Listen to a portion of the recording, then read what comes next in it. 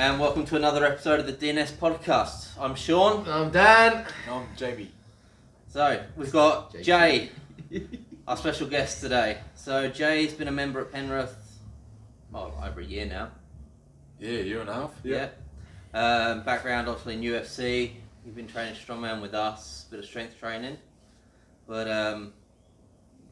tell us a bit about your history in training and sport in general. I started boxing when I was 12 years old. Progressed to mixed martial arts. Competed in different disciplines along the way.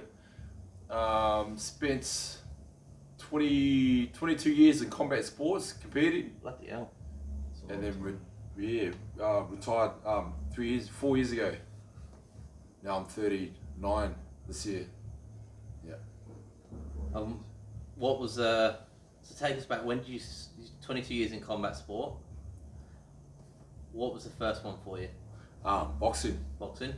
Yep, I was born and bred in New Zealand, and I remember training up to have my first amateur fight, and I had to be 14 years old, so I would have started boxing training at like 12 or 13 years old, which is like kind of like a tough time, going from school to high school. So I think it was at the right age. Nice. Yeah.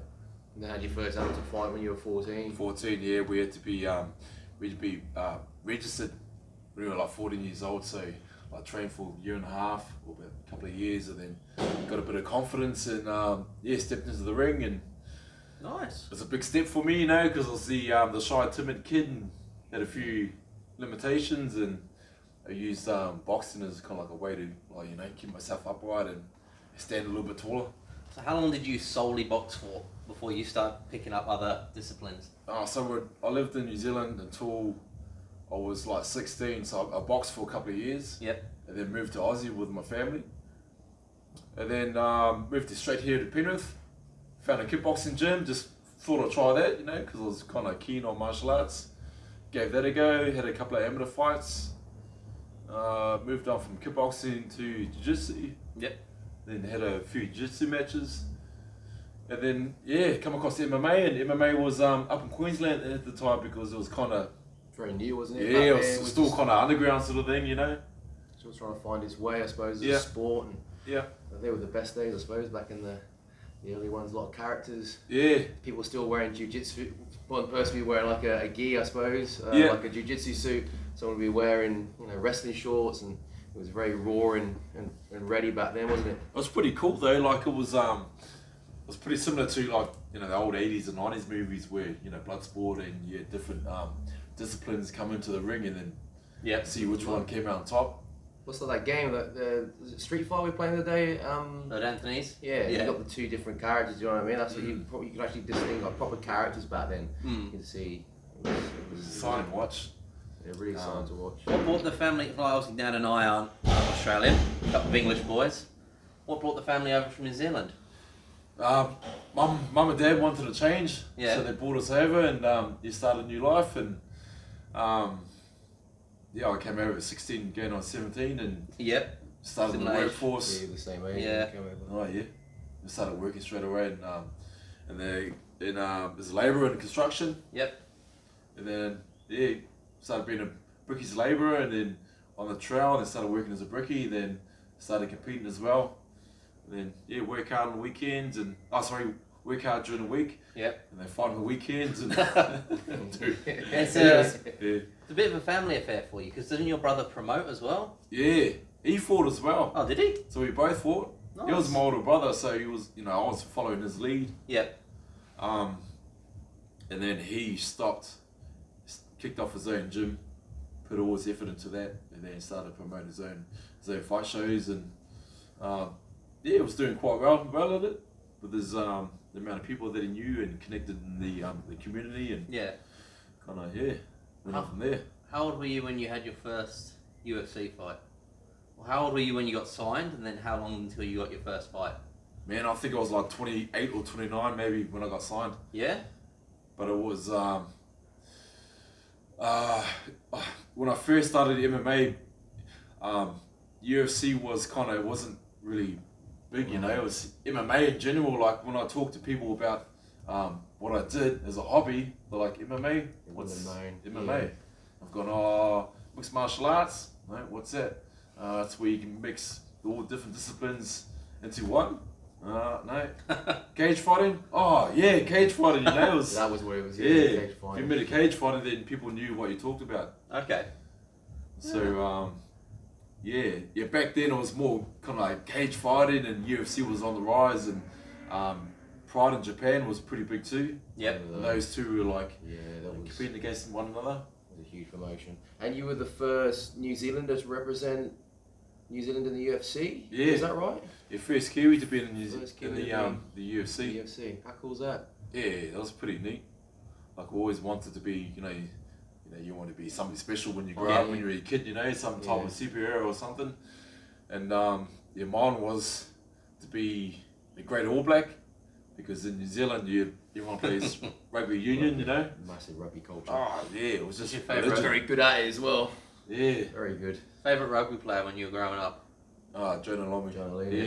Yeah. So I wanted to be him, something special, and then want to be on stage and be on a field and playing in front of my home country, and kind of went the other way and ended up in the UFC. Beating people up. Pretty cool. What was your time there like? Like, I remember when you first joined Penrith, and we were downstairs. It was Strongman Saturday, and one of the boys comes up to me and like, "That's Jay Te Huna." I'm like, "Yeah, I know. I just met him." No, that's Jay Te Huna, because I didn't follow UFC. I remember like Tank Abbott. Yeah. And like those days of it. He's like, "No, Jay Te Huna." I'm like, "Yeah, I know, mate. I just said hello to the bloke." And then he's like, "No, you dickhead. Here you go and show me some of your fights." So what's like a highlight for you? Because the first thing he showed me was your Men in Black walkout. Oh, yeah, I remember that. I can remember that.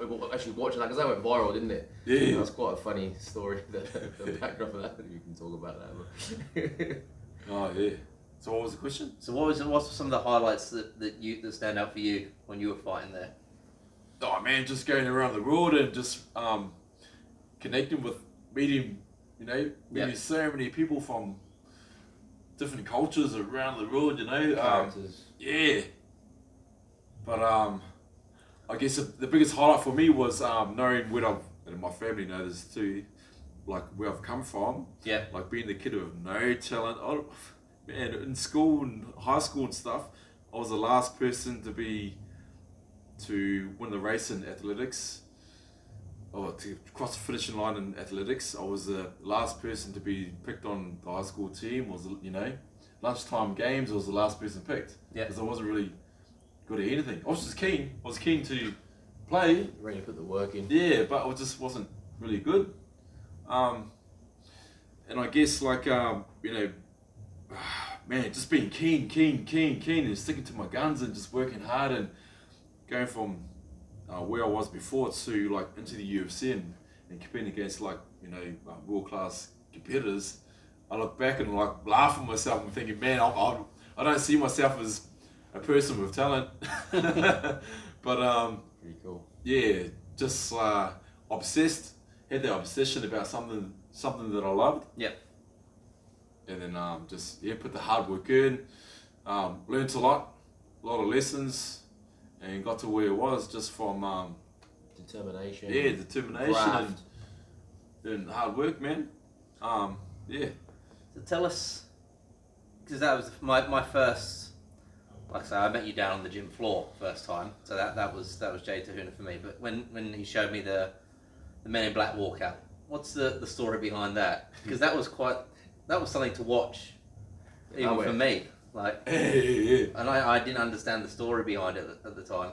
Oh man, I was matched up against this dude, Ryan Jimmer, who was he just come off the fastest knockout in history in the UFC, 6 seconds. He just carried this dude in 6 seconds, and he's never lost a fight before. And you can't wait to get in against him. Bit of a machine, eh? Like he was on a bit of a roll. And then I got matched up against this dude. He's from Canada. And then the fight was held in England. Cool. Alright, so went over there for 2 weeks before, try and acclimatise and get used to the time difference. while we're over there, the last 2 weeks over there, I had my fight team with me. Yep. So my coaches and my sparring partners, training partners. And we are training together as a team and then also staying together and around each other 24/7. So it was 6 of us, 6 alphas around each other all the time, man. It don't work. Away from home. Yeah, it doesn't work. So we were, clashing and stuff, and next minute the team was like, as the fight was getting closer, the team was kind of breaking away, and I was copping injuries, and then I wasn't focused on what I had to do, and I just couldn't. Man, I was like stepping backwards in my skill wise, Yeah. You're meant to prepare for this fight and become in peak shape, tip-top shape for this fight, mentally prepared, and I was just like, oh, fuck. I don't come against this dude and get smashed, then be another highlight reel, So, So morale was low in the camp. Yeah. So me and my mate that was there, just come up with the idea with we're watching all these entrances, over time UFC, and thought up, how cool would it be to do an entrance? And I was like, oh man, it'd be cool to do something. And I've always been a fan of like Will Smith. I love his movies and his music. Be cool to walk out like Men in Black, like do something pretty cool and bring the team together. Yeah.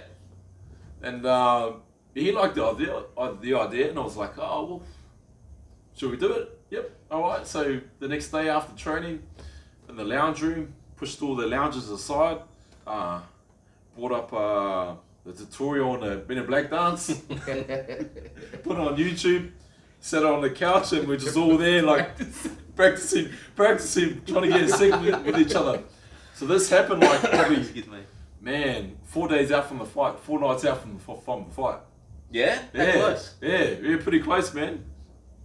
And we were all having a laugh, and they brought the team together. The next minute we got we bought the cheap suits and the actual Ray-Bans and stuff.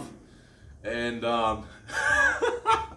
it worked, man. We were backstage and we were behind these curtains. Yeah. Because we were meant to walk out, right? So there's officials backstage, and stay right here. Wait for your call, and we call you out so you can walk out to the cage. Yep. No worries. So we're in our suits, glasses, and there's fighters coming and going, and they're looking at us. And What's going on? yeah. So we're behind these curtains. Next minute, the curtains get pulled, and then we see the crowd, and we see the lights and everything. I've got these Ray-Bans on. I'm sweating bullets.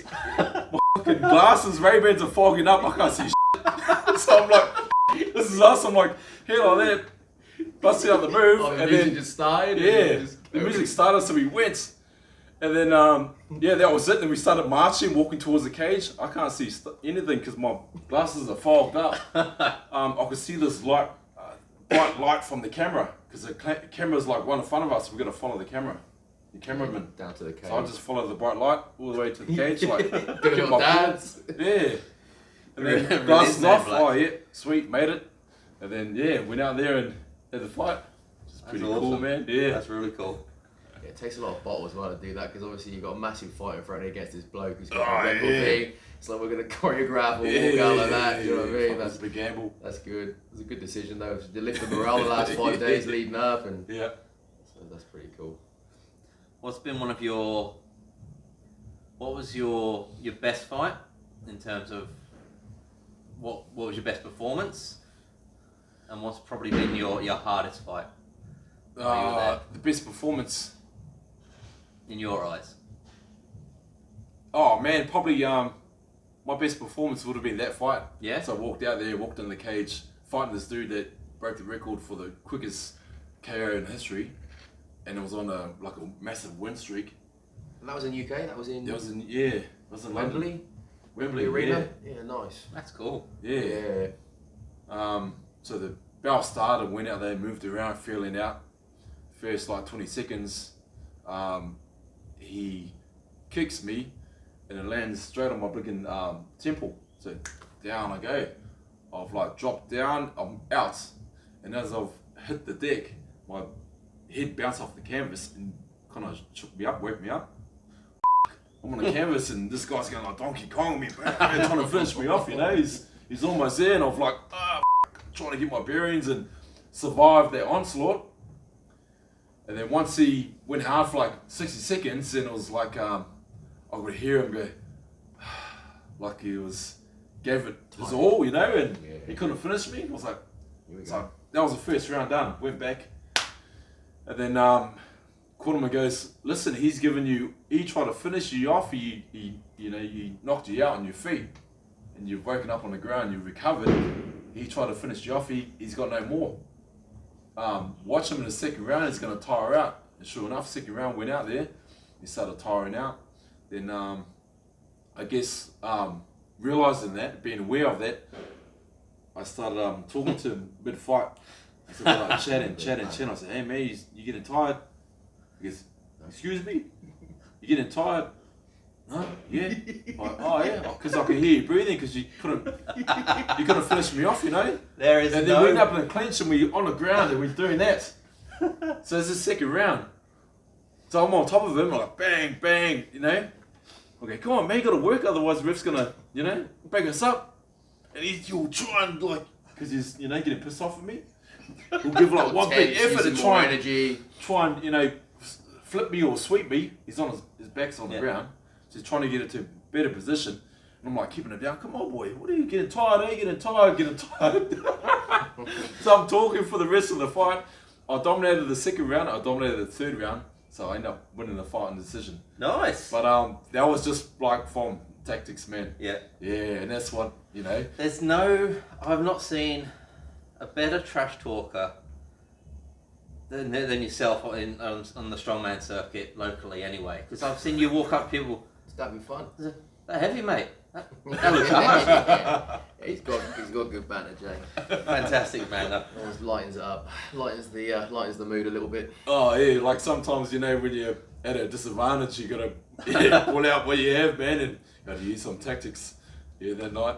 If you could pull those tactics out in the middle of a cage, in front of 1,000 people, audience on TV, you know, on a gym floor. I've just heard you in comps, and that looked heavy. Yeah, it was. Feeling a bit slow today, buddy.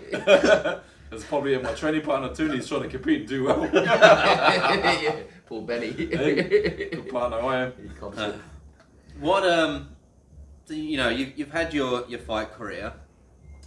What made you and Benny decide to give Strongman a go? Because Benny's who you train with for Strongman here mostly. What was the thought pattern in that? You know, I've just finished beating people up, so now I'm gonna go get beaten up myself by a bunch of steel. We were pumping weights around home. Yep. Had a bit of a, you know, home gym, and like finishing up on Friday, man, it's just like pop weights, you know, look good, feel good, sort of thing. Yep. Get a bit of strength. And then I've always been like I've watched like Strongman on TV and stuff like that, and always pretty keen to give it a go. See a bit of like a challenging thing. As a sport. You know, pull a car or truck or lift a stone or something, you know. Yeah, just keen, man, just interested. And then Benny said, hey, there's a Strongman gym running a class down in Penrith. I was like, fucking Penrith.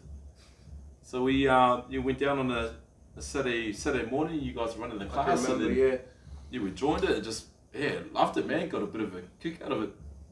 I still remember your first monster dumbbell. I was at that point like, okay, yeah, Jay's used to getting hit in the head at some point. Oh yeah. Because as it's come down, you clock the back of your head and it's gone into your next rep. And you laughed it off. Yeah, it was like 50 I'm like, oh kilos. Jesus Christ. I thought we cut. No, he's fine. He's still repping out that dumbbell. So your introduction to lifting was through fight camps. You were doing S&C. You had an S&C coach, or was it just kind of you made it up off your own back and just? Oh, I had multiple coaches along the way. Oh, actually, I did. I had some great guys. Hayden Knowles, who was involved in footy for a number of years and used to deal with athlete, track and field athletes, and he put a lot of work into me, and you know, learned a lot from him. Sebastian Orb as well for a couple of years. That's when I got introduced to powerlifting, and you guys. Seb looks after a lot of strongmen these days. Hey? Sebastian looks after a lot of the top level strongman these days as well. Yeah. So you've done a couple of comps with us in Strongman. Last year you qualified for what was meant to be the 2020 Arnold's, and then Corona happened. So talk us through the process there, because you prepped for Battle of the Gods here, forgot to register for Arnold's, shot up to Queensland the next weekend, and you qualified in 2 weight classes in 2 locations. Yeah, because then you qualified. You qualified through us as but one. didn't register. But didn't register for Arnold. So you qualified twice essentially. Yeah. Officially once. Yeah, different weights. Different yeah, weights. So 105s, with yeah. us, you qualified as a 105, and in Queensland, you qualified as a 90. No, yeah. Well, yeah. That's the fun way around. Yeah. 105 is a bit skinny for 105. So but got skinny for 90 kilos, under 90s. And then competing in that. Had fun. And then had a harsh we just had a harsh a few months before that COVID hit, even like the extreme heat, the 50-degree heat that we had out in Penrith, and the floods and stuff, and just had a lot of stuff going on. One of the toughest programs I'd ever ridden for you guys to get ready for Arnold's. Yeah, that was brutal. So the weights were pretty. Obviously, the standards were pretty high down there, so there was minimum weights that had to be hit. Was it the deadlift? There was a deadlift in there. Was it axle deadlift? Axle deadlift. But axle deadlift from it was standard plate height. Yeah.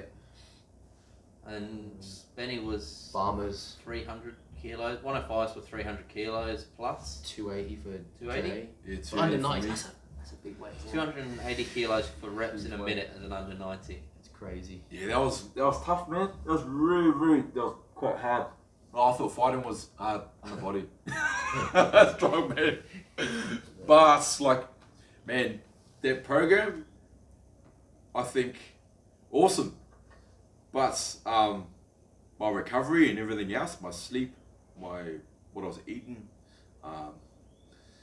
and just a number of things like the hot weather and just It was. Yeah, I think if everything else come into play like to a T, then I would have been ready for this.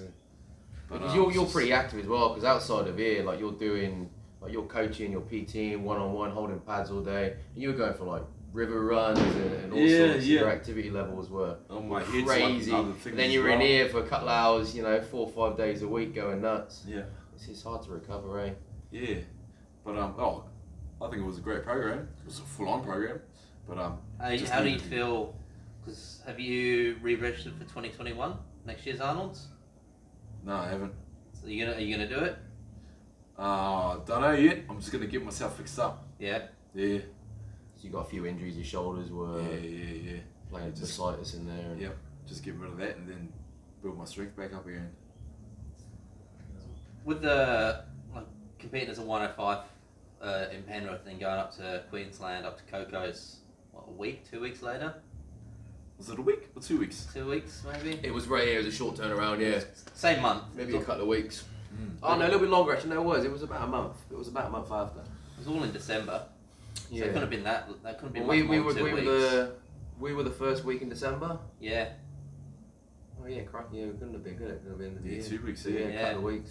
But you would have had to cut weight for fighting. How did you find cutting weight for fighting compared to cutting weight for that comp? Because there's 2 different sort of targets at the end for that weight cut. Yeah, I felt this cutting weight for the strongman was I felt not just cutting weight in general wasn't easy. No. But cutting weight for fighting was quite hard, just from you need to be full of confidence, full of looking good, feeling good, and then a week out from the fight you're feeling like shit. You look like this, you feel like you can be blown away in the wind. And psychologically, psychologically, man, it's hard, it's tough. But the cutting weight for strongman was good. It was tough. Done it myself. Drove myself to the weigh-in, weighed in, and then done everything right to put that weight back on again. Yeah. To just follow that protocol to like a T. Years and years of experience. Yeah. A 24-hour weigh-in, so you've got Did you weigh in 24 hours before? Yeah. So that day to rehydrate and. What's the weigh-in window in fighting these days? Yeah, 24 hours. Yeah. 24 as well. Yeah. And there's a new rule they've either just introduced or looking to introduce around like how much you're allowed to cut. Yeah, I think so. I think the fighter gets monitored like a month out or maybe a couple of weeks out, a week out or something. Yeah. You see some horrific. There's been a couple that got brought to the media, and they're literally carrying them out onto the scales. It's like, wow. I've seen that Cyborg. Yeah, weight cut video for hers. That's pretty intense. She's literally in tears, I think, walking up to it's some hardcore shit, eh? Yeah, it's crazy. Like to watch that, it's like But you got to think as well. It's not like when a strongman comp, but you're going into the ring to get punched. So you're dehydrated, and it's like if you cut so much weight, can you replenish yourself enough at the end of that to go in the ring and not put yourself in massive danger? Yeah. So when hat goes off, it's pretty crazy what you go through and what they all go through. But they brought that rule in to protect the fighter. And then everyone was using the UV drips as well. They took that out. You couldn't use those to rehydrate. Oh, they should be allowed, I reckon. Yeah. Alright. Yeah, and the UV drip should be allowed. Or just to keep the fighter healthy. Hydrate, yeah. I wouldn't see. Everyone has access to it, I suppose. I don't understand why. That's the thing. Like you here in Sydney, you can get like if you go out drinking for a big night, there's a company that do UV drips to you. So you book it for the next morning, they come to you and hook you up on a bag of vitamins. Pretty good. Looking at it, I suppose they're trying not to promote a big weight cut. So it's like, okay, we've got this protocol. We don't want you to use that as an excuse to go and cut a load of weight and then use that as kind of to bridge the gap. So I suppose looking at it that way, maybe they've used it and brought it out. You've had your fight career, you've dabbled in Strongman, and you've kind of gone back to your roots because you've been doing the morning boxing classes on Facebook. Since COVID hit. Yeah. Just went into lockdown and got a bit bored. Had to get creative, find a way to make a buck. Boredom and pain, the necessity of all creation. It was a great idea, and it's got quite clicking on there and thousands of views. And I tried it once, got knackered after like 3 rounds of this 5-round thing, and then Jay tries to make me feel better. Just to let you know, buddy, a dude in a wheelchair lasted longer than you. There you go. Good on you, shorty. Alright, yeah, cardio's not my strong point. Thanks. It was it was fun. It was a good learning curve for me because I got to play back the video that I just put up, and I was like, oh man, Yeah, looking at yourself on camera and critic, so you take some things out and add some new stuff in, or try something new. So it was good to. It was really cool to watch it progress though, because it started off you in your garage, and then there was some turf, and then there was sponsors and then there's a clock in the corner, and like it just slowly built and built and built. It was really quickly as well. So credit to you, man. Yeah. No, I just got to get creative, and adapt to certain things that happen in life, I guess. So it was just you were bored. That's what the driver was. Yeah, bored. I like teaching, and then I suppose being a teacher as well, you find yourself accountable, and you're always trying to create new things too, and become like a better teacher, and just trying to communicate things a little bit better. Nice. So I still have trouble with that. So every day is a learning curve for me. And you've kept it going after lockdown? Nah, I stopped because I got bursitis on my shoulder. I told everyone last put his body on the line for you lot. Oh man, I'm like, yep. Don't worry, guys. The restrictions have lifted. I'm still going now, despite COVID. These classes are still going. I'm still here. Collapsing straight after the cameras off. 2 weeks later, I'm like, my shoulders are. So then, gave everyone a heads up. Okay, guys, having a break for a couple of weeks. Just having a rest. Coach needs to get himself back in order. Yeah, man. So well deserved. That's on hold till the next thing that pops up. Fair enough. Well, hopefully we don't go the way of Victoria. Yeah, people closing up gyms and business again. It's a bit. It's crazy times. Just hopefully that doesn't come up this way. knows? So what's next for you? Like, are you gonna? You coach fighters at the moment. Yep. So would you open like a, the Te Huna Academy or whatever it may be, or? Oh yeah, looking to at the right time. Yeah. I do a bit of mentoring for young people at risk. Yep. So young people that are out of home care, been looked after by not their parents. I'm liking that at the moment. It's there's a lot of young kids out there, that are at that point where they could do well, or they could easily be mixed in with the wrong crowd and just go that way. Do you think something like mixed martial arts or strength training is beneficial for these young kids? It gives them some discipline, some direction. Oh, definitely. Discipline, direction, make them belong to something. Yeah. Because these kids, they grow up and they're looking for their belonging, eh? Yeah. Is a gang over here. Belong to, and start getting into that clique, and then next minute bad stuff happens. And then later on in life they, have a bit of regret. But make them combat sports, sports in general, lifting, it just helps our kids so much, just a lot of good people, training in environments, positive things are happening. Yeah. And iron sharpens iron, it rubs off on everyone, eh? It's in the same environment. Contagious, yeah. Yeah. Gives you that sense of belonging and, direction, innit, I suppose. Having something to get out of bed and go and do. Challenge yourself, learn new skills. I think it's really important. Plus, makes the little bastards tired so they won't muck up after night time. Bring it back tired. Yeah. Won't need a curfew after they've been to the gym. They'll be in bed by 7. Mm-hmm. Thank you, Jamie. There you go, live lesson for all parents listening. Yeah, get stuck into sports. Just get doing something. Yeah. I had to do that during COVID. My oldest she's 6, started learning how to lift. Just because being stuck at home, it's like, no, you're not going to bed early enough. You've been interested in the barbell. We're going to do this. You're going to train at the same time as 10 Dad. by 10. Yeah. So that I can put you to bed at a reasonable hour. It works. It definitely works. Mm-hmm. So what's next for you though? So you're working with the kids. When the time's right, you'll open your own place. What else is going to fill your time? Oh man, like this, bummer, bit of a bummer about the Arnolds, but I'd like to compete again.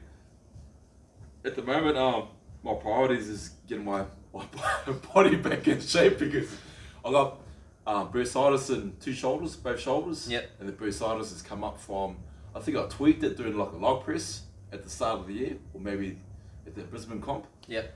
And then went to physio, and then a couple of months later learned that I had bursitis, and then had a couple of cortisones, and haven't really gotten better from that because I've stayed active the whole time, being a pad holder, being a boxing trainer. You got to hold pads for the fighters, and they're throwing punches at you. You got to try and catch each punch, and it's bang, bang, bit of trauma. Yeah, I feel it in my joints here, my elbows, and on my shoulders.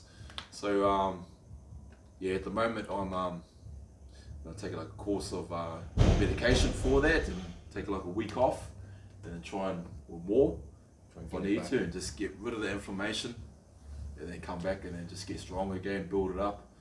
I'm 39, 40 next year. Had a few surgeries along my journey. Because you've had a couple of shoulder recos, you've had through your fight career, you were saying you've had operations on both shoulders.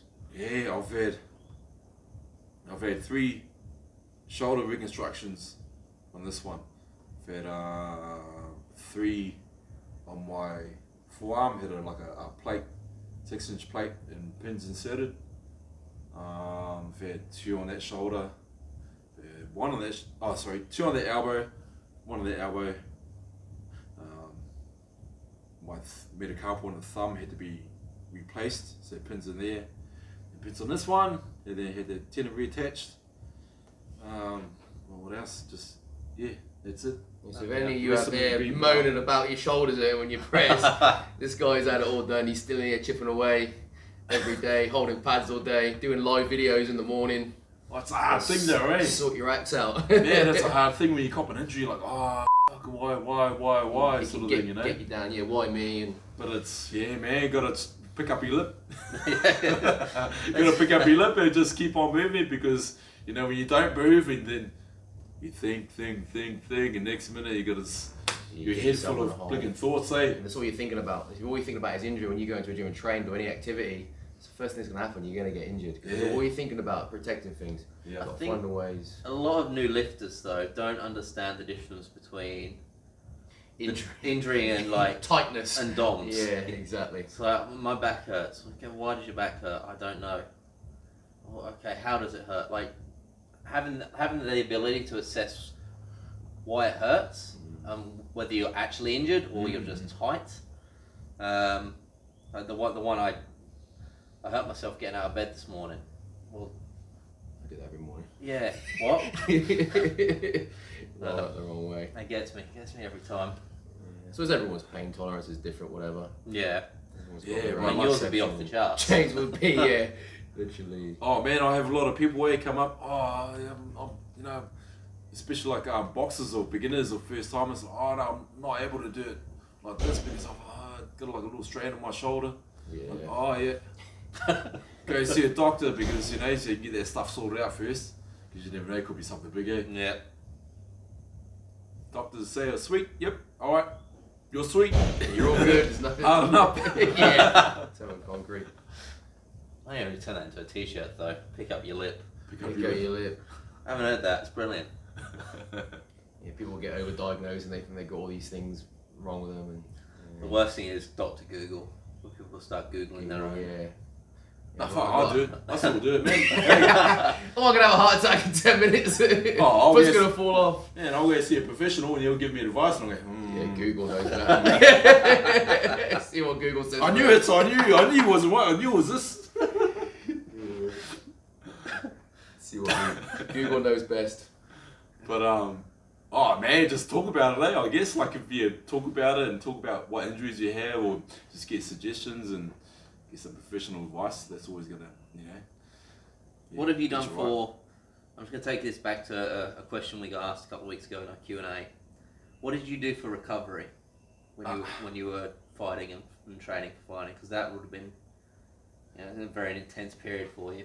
Yeah, depends on what I'd done. Yep. If I sparred hard or banged my body up, it was ice baths, use acupuncture, physios, massages, swimming. Yeah, done quite a lot, eh? Yeah. The cryotherapy. Oh yeah, the Jake cryotherapy. One of the best trash talkers and also one of the most competitive blokes I've ever met. Yeah. So, are you allowed to tell the story? Hey? You allowed to tell the story about your cryotherapy thingers? Oh yeah, I'm sweet, yeah. So I'll let you tell people what happened and why you got frostbite on your digits. Well, first I mentioned about the ice baths. So Yeah. I love the ice.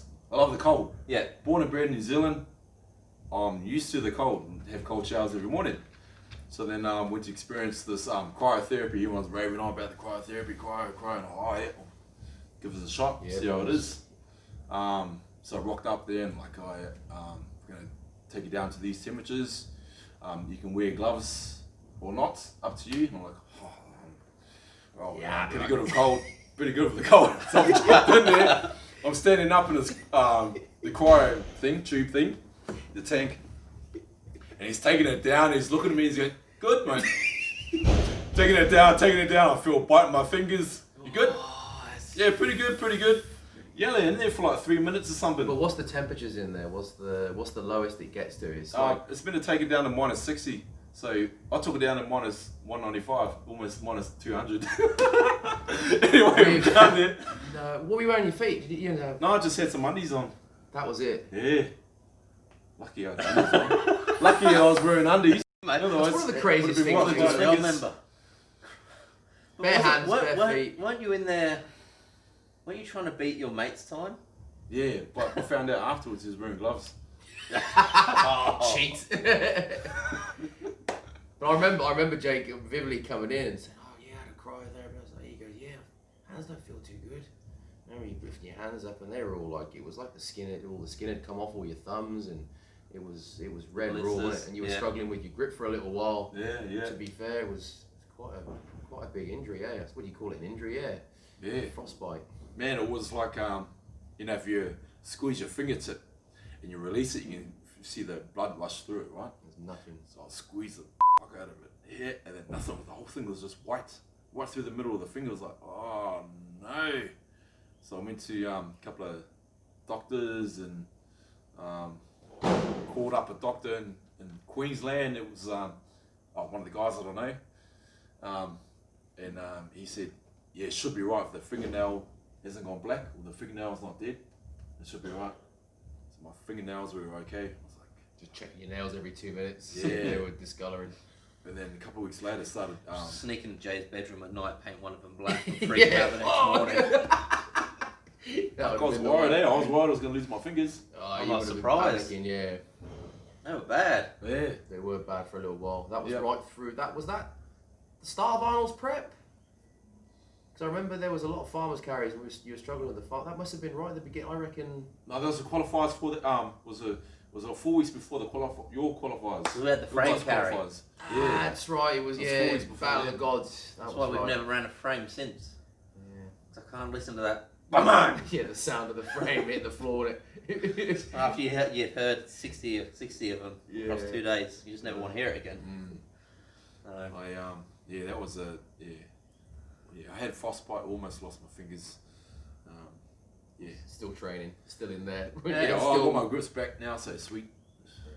Yeah, but I remember you just tape your finger up or put a band-aid on it and then just grab the farms and run. Do whatever you could do on that day. Oh man, that's the best thing to do though, eh? It's like get working again. You just leave it. Try and get some circulation through there. And definitely. That's it. You've been through it all, mate. Oh yeah, it's some other experiences with the cold treatment too. Had an ice pack on my leg, this one time. It just 1 week out, it was the last sparring session before one of my UFC fights. Big fight I had my last big sparring session. This is gonna be the one, you know. Went out there, had my sparring session, had a shit sparring session, got smashed. Fuck, dropped my lip. I had I got my leg corked, my top of my knee corked, so I've got an ice pack here, wrapped it up. Just fucking went back home, lifted on my leg. 2 hours later, took it off, and the whole thing risen up from a bare ice pack. And then I took it off, and then all the skin fell off it the next day. Then went to a skin specialist, and then he checks it, and then said it was a 2nd degree ice burn, and also your legs got infected, and it blew up my leg from a ice burn. So it was you left on there for too long, or I left the ice pack on too long. So it burns the skin, and then you get an infection. Yeah. So a 2nd degree ice burn, it's on this one. The big square patch wouldn't heal. Yep. So I had 1 week out before I was fighting in the UFC. Big square patch like flesh. And then I had to see the skin specialist every day for him to pick all the dead cells out to try and get new cells to grow. They fucking wouldn't grow back. I had to get a skin graft. Anyway, rock up to the UFC and oh, you're not fighting. Big flesh part of my knee that's kind of going to be shown on TV. And then they made me wear a what do you call it? Knee brace. Compression bandage over it just to hide it. And then I was on antibiotics before then, and just fought. So the moral of the story is Jay likes cold, but cold don't like Jay. Yeah, Jay gets you every time. Like too much of the cold until it burns through your skin. No. And you were saying that you had a few training camps, or maybe one training camp with Vanderlei Silva. Yeah, that was pretty cool. And man. he's obviously a massive character. Have you got any stories or any things that went on there which still makes you laugh to this day, or was he just a top bloke all around? Oh man, Vanderlei Silva. I was fighting on the same. My UFC debut was on his undercard. He was fighting Michael Bisping. And 2010. So I I went over to America, and he just set up a gym. Vanderlei Silva just set up a gym in Vegas. So I thought, I'd go over there, you know, the guy that I idolized and followed. So I went over there to train his gym and amongst his fighters. And then I walked in, and he's like, hey. And I'm like, it's Vanderlei Silva. Yeah. Hey. And then went over there with him, and my first session with him was sparring him and his training partners. There's like 4 of us that were the same weight. And he doesn't just, he pretty much treats it like a full-on fight, and he's sparring is 100%. Yeah, you tag you. Because you know you're in a war. Yeah. He was kind of like, tornado styles on me. Welcome. Oh, man. Who's your favourite fighter of all time? Favorite fighter of all time? Yeah. Mike Tyson, man. Yeah, Mike Tyson. Just growing up in the 80s, I watched him on TV in New Zealand, boxing or the rugby. It's quite big, one or the other. And on TV is always Mike Tyson. His next fight coming up and what he's doing for training, and he goes out there and fights and just nails the dude and just a ferocious dude, eh? Explosive. Oh man, it was awesome to watch. And it's my favorite fighter, all time. Favorite fight of all time. Favorite fight of all time.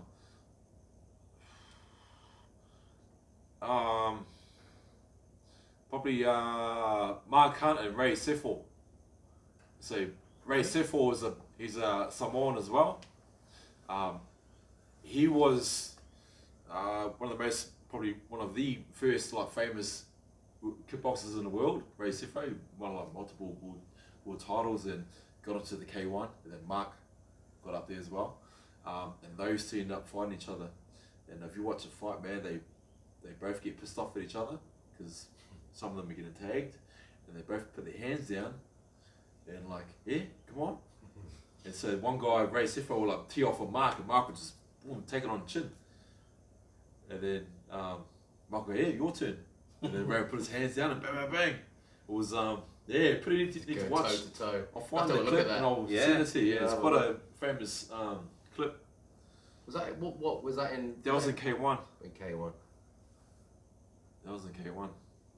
What's your most interesting fight experience? I can think of one. I'm not even the video of the shoulder. Yeah, that's what I was thinking of actually. When you had, who was it who put your shoulder? That was your. Oh, Pedro, yeah. That was pretty crazy. That video surfaces quite a bit. Yeah. His shoulder popped out. It was it was my big first fight against an international opponent. This Japanese dude, and then went out there in the first minute of the fight. I knew I had this guy, and now I knew I had this guy. This guy's gonna win or stop him.